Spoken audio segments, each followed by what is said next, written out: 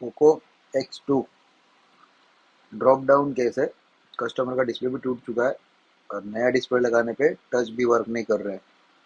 इसमें common problem आता है, टच नहीं चल रही है, ऑडियो नहीं बज रहा है, कैमरे नहीं चल रहे, या फिर नेटवर्क के भी कभी कभी इश्यू आते हैं।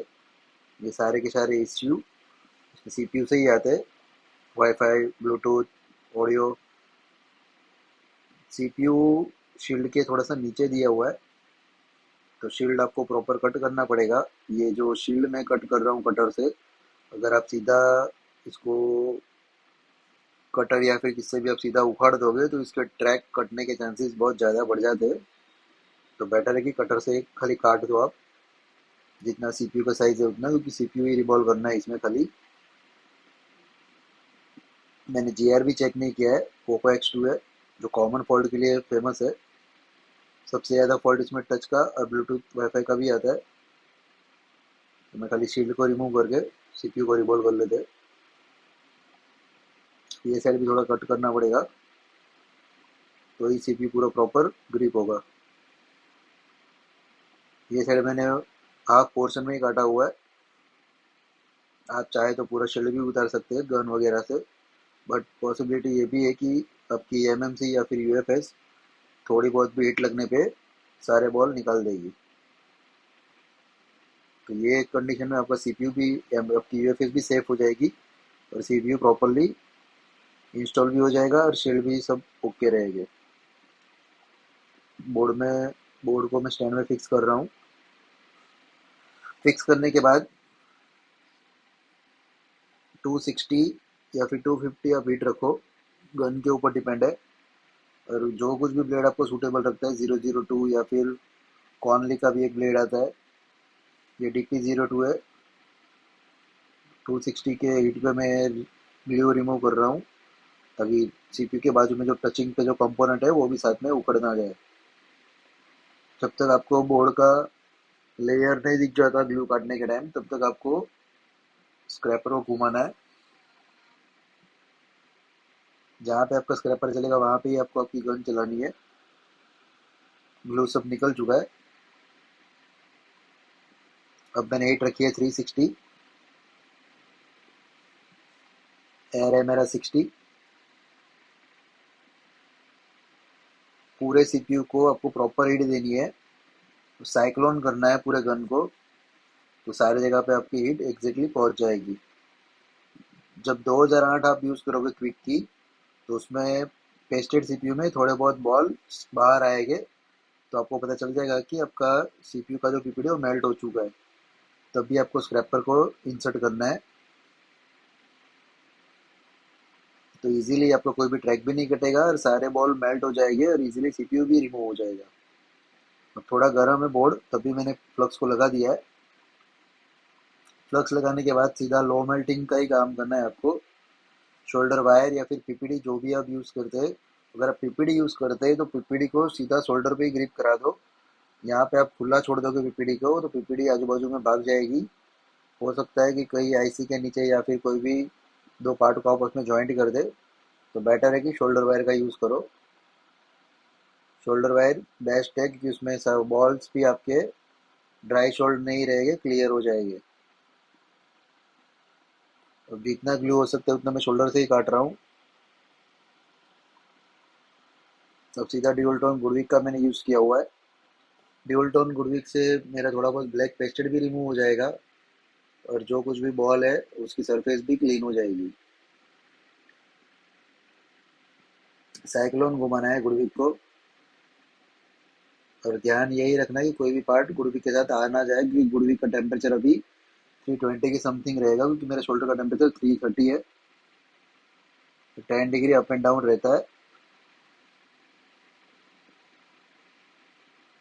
बॉर्डर पे खास ध्यान रखना है आपको। सारे बॉल की सरफेस एक 0-0 लेवल हो चुकी है, तो ब्रश घुमाने के बाद आपको आइडिया आ जाएगा कि आपको अभी कहाँ कहाँ पे ब्लैक पेशेंट बचा हुआ है। बॉर्डरों पे बचा हुआ है ब्लैक पेशेंट। नॉर्मल 11 नंबर की ब्लेड से 260 पे जैसे आपने ग्लू काटा था वैसे ही 260 की हीट पे ब्लेड को खाली घुमा दो तो पूरा क्लियर हो जाएगा। ब्लेड की जगह पे और भी बहुत सारे टूल आते हैं ग्लू कटिंग के, वो भी आप यूज़ कर सकते हो, लेकिन 11 नंबर की ब्लेड को क्रॉस में रख के घुमाओगे तो बोर्ड पूरा एकदम ही क्लीन हो जाएगा, आपको स्क्रैचेस वगैरह भी नहीं गिरेंगे।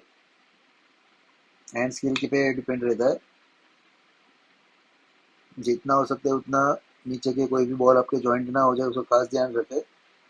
और ब्लेड पे थोड़ा सा भी प्रेशर ना डाले, खाली ब्लेड को ये अपना स्क्रैपर के हैंडल की उतना ही वजन दे, उसको ज़्यादा हाथ से प्रेशर ना करे, तो पूरा प्रॉपरली और एकदम क्लीन एंड नीट काम हो जाएगा आपका।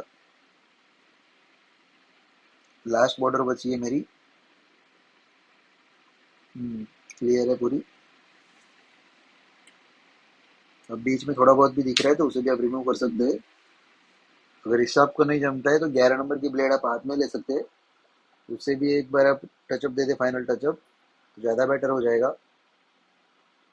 उससे आपको एक आइडिया आ जाएगा कि बॉल के हाइट से ज़्यादा अगर ब्लू है तो उसको आपको रिमूव करना कंपलसरी है।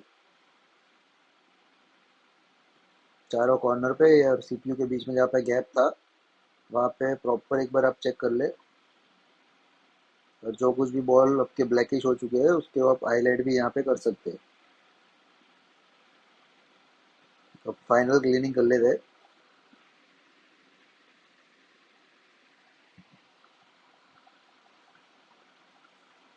ब्लेड अब सब जगह पे प्रॉपरली घूम रहा है, यानी कहीं पे कोई पेस्ट वगैरह नहीं है, तो आप यहाँ पे ही क्लियर कर सकते हैं पूरा।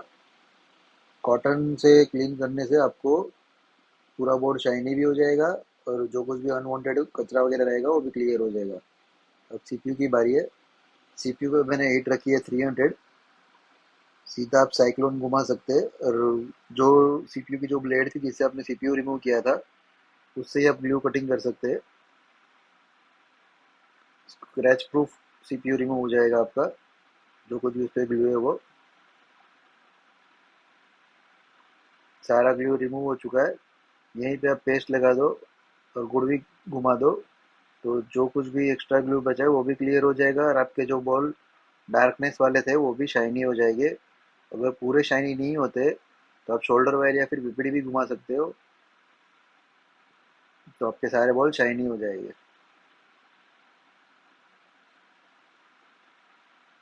तो शाइनी नहीं दिख रहे हैं क्योंकि फ्लक्स और पेस्ट दोनों मिक्स हो चुके हैं, ब्लैक पेस्ट था वो। दिख रहा है पूरा शाइनी। तो आप इसको रिवॉल्व करोगे तो वन शॉट में ही वो रिवॉल्व हो जाएगा। सेंटर एक बार कर ले आप सीपीयू का, जहाँ पे रखते हैं सारे बॉल आपको सेंटर में दिखने चाहिए, तो आपका वन शॉट में ही परफेक्ट रिजल्ट आपको मिल जाएगा। टेम्परेचर मैंने वही मेंटेन रखा हुआ है 300।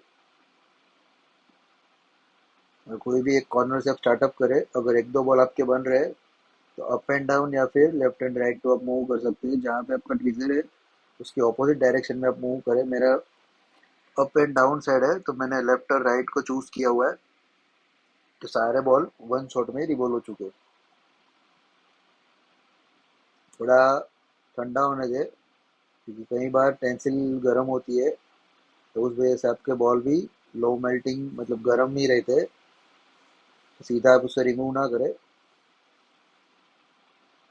एक आध या फिर 10 या फिर 20 सेकंड का वेट करें। पूरा सीपीयू क्लियर है।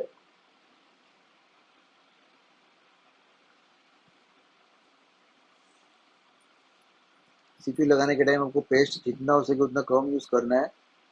फाइनल टचअप के टाइम आप पेस्ट अगर यूज़ करोगे ज़्यादा तो फिर भी बेटर ऑप्शन हो जाएगा आपके लिए। टचअप भी प्रॉपर हो जाएगा और सीपीयू लिफ्टिंग भी ले लेगा। तो कोई भी एक कॉर्नर से स्टार्ट करे हीट देना, या फिर सेंटर से स्टार्ट कर दे, क्योंकि पेस्ट आपने कम डाला हुआ है तो आपका सीपीयू मूवमेंट ज़्यादा नहीं लेगा।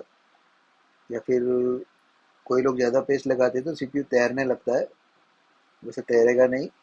अब आप सीपीयू नॉर्मल टेम्परेचर पे हो चुका है, तो आप फाइनली हीटअप दे सकते हैं पूरा प्रॉपर। मेरा ऑटोमेटिक मूव हो चुका है।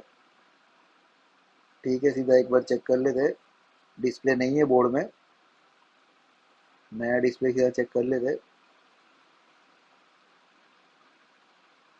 एक बेल्ट नीचे रह गया फिंगरप्रिंट वाला।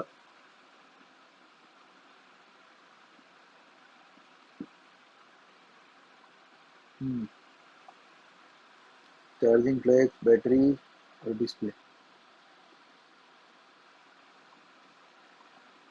टच के लिए आया था मेरे पास। सेट ऑन है, यानी कि आपका यूएफएस जो है वो ड्राई शोल्ड या फिर हवा में नहीं आया हुआ है, प्रॉपरली इंस्टॉल्ड है वो। सेकंड लोगो भी फटाफट आ चुका है, मतलब टच चालू हो गया था। हाँ चालू है touch. Okay, thank you for watching.